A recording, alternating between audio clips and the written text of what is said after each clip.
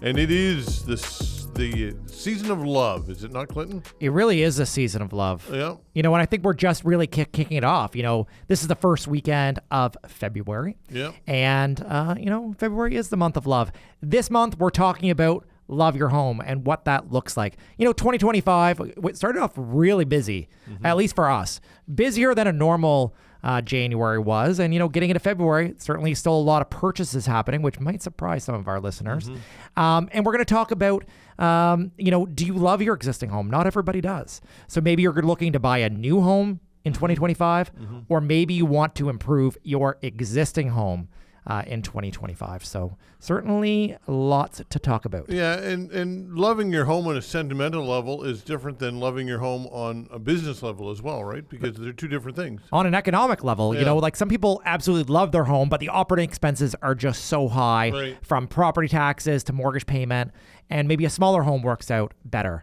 And vice versa. So many buyers that I see, first-time home buyers, they're buying starter homes.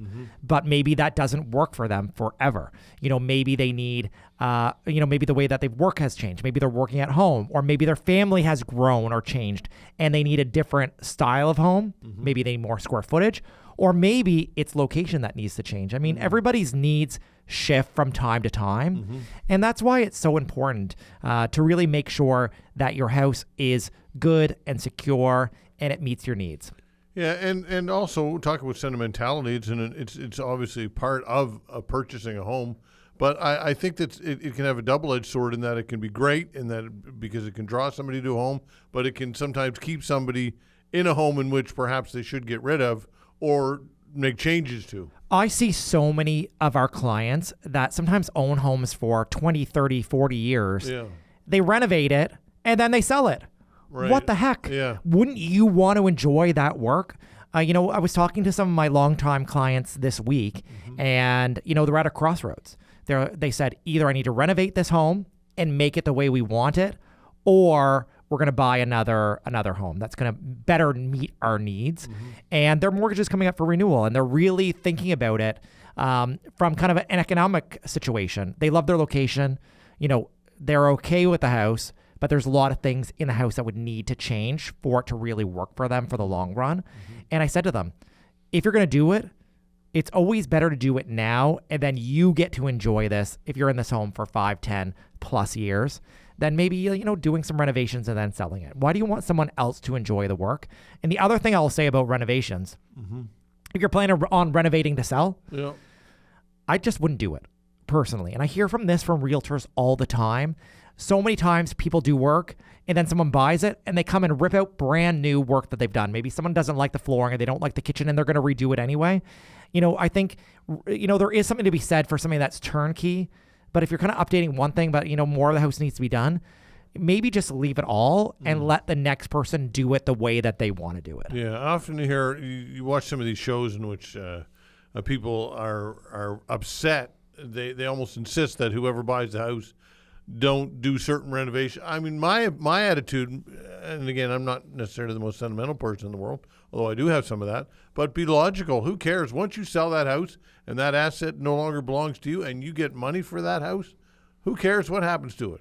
I agree. And I think that's where it's really hard sometimes for people to divide the love for their home and the business for their home. And I think it's detrimental in some cases. Yeah. And, I may be callous because I'm looking at this all day, every day. But for me, it's transactional and it's a business. And the home is often the biggest asset a family has. But some people don't look at the home that it's an asset. Yeah. But it really, really, truly is. And there's so many Canadians that are living mortgage to mortgage or paycheck to paycheck. And, that's really their retirement plan, is selling this house and using that money to then invest or live off in retirement. Yeah. And it can be a really great asset. Typically, real estate, at least here in Halifax and Atlantic Canada, has increased. We've never had the boom that they might have had in Ontario and BC, but we're also not suffering right now with their values have really decreased. Honestly, the values have gone down. We're definitely, our prices are continuing to increase, maybe not as fast as they were, the last couple of years, but that's also healthy.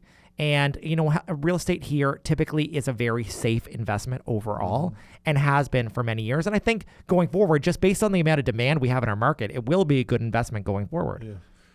Yeah, for sure.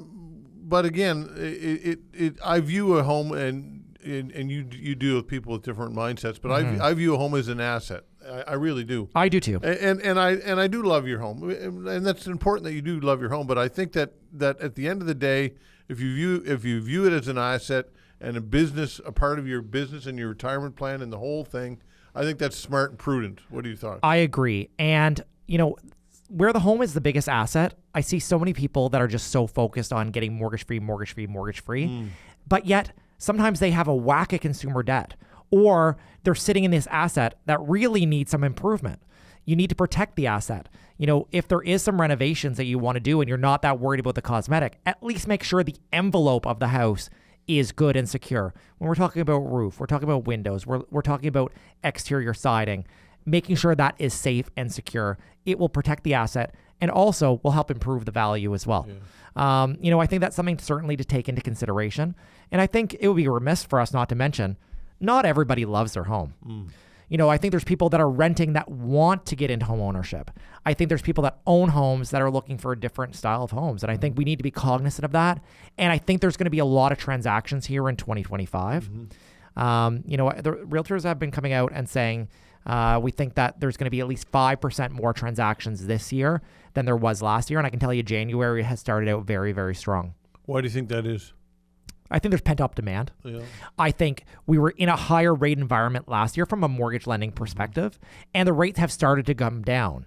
We're going to talk in our next segment some of the uncertainties. Obviously, we don't want to be doom and gloom. We're going to talk about what we know right now. Yeah. But I think there's going to be more people coming into the marketplace. One thing that, and the one thing that we need to remember is as the rates continue to go down, I think there's going to be more and more buyers and borrowers enter the marketplace, which will drive up the demand, which means that I think the prices are going to go up this year. How about inventory, though? You only create inventory by Still building too new low. houses, right? Too low. We need new construction. Way, way, way more. Yeah. The one positive thing is we have a lot of apartments coming online, and you're like, well, how does that impact people that want to buy a home? Well, homeowners oftentimes, think about that little old lady and the little old man, they then have a place to go and move into that home or into that apartment, and that puts that home up for sale. And some of these homes that maybe these older people have lived in for 40 plus years are great homes for first-time home buyers.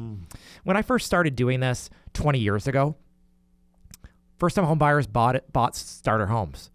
But something happened over the last 10 years or so, and so many first-time home buyers have been buying new construction and these beautiful 3,000 square foot homes.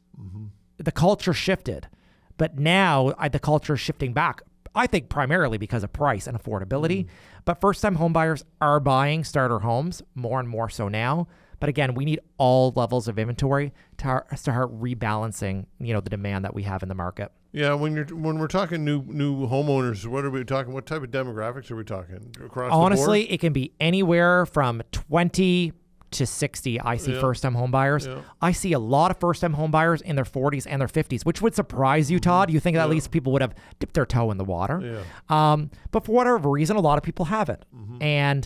And the one thing that I will say that, some of these first-time home buyers that are entering the real estate market at a more mature age, typically they have more extensive credit background. Hopefully they have more money saved, and typically their incomes are higher. So they're more easily able to be qualified, and typically they can qualify for potentially a bigger budget than a younger person can.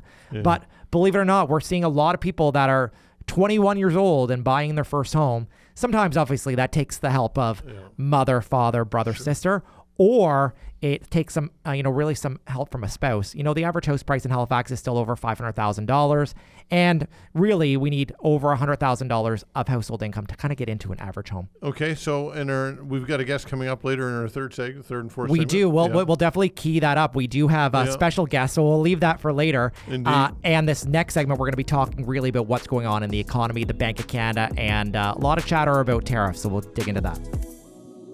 If you've liked what you've heard and you want to learn more, feel free to visit us online at teamclinton.ca.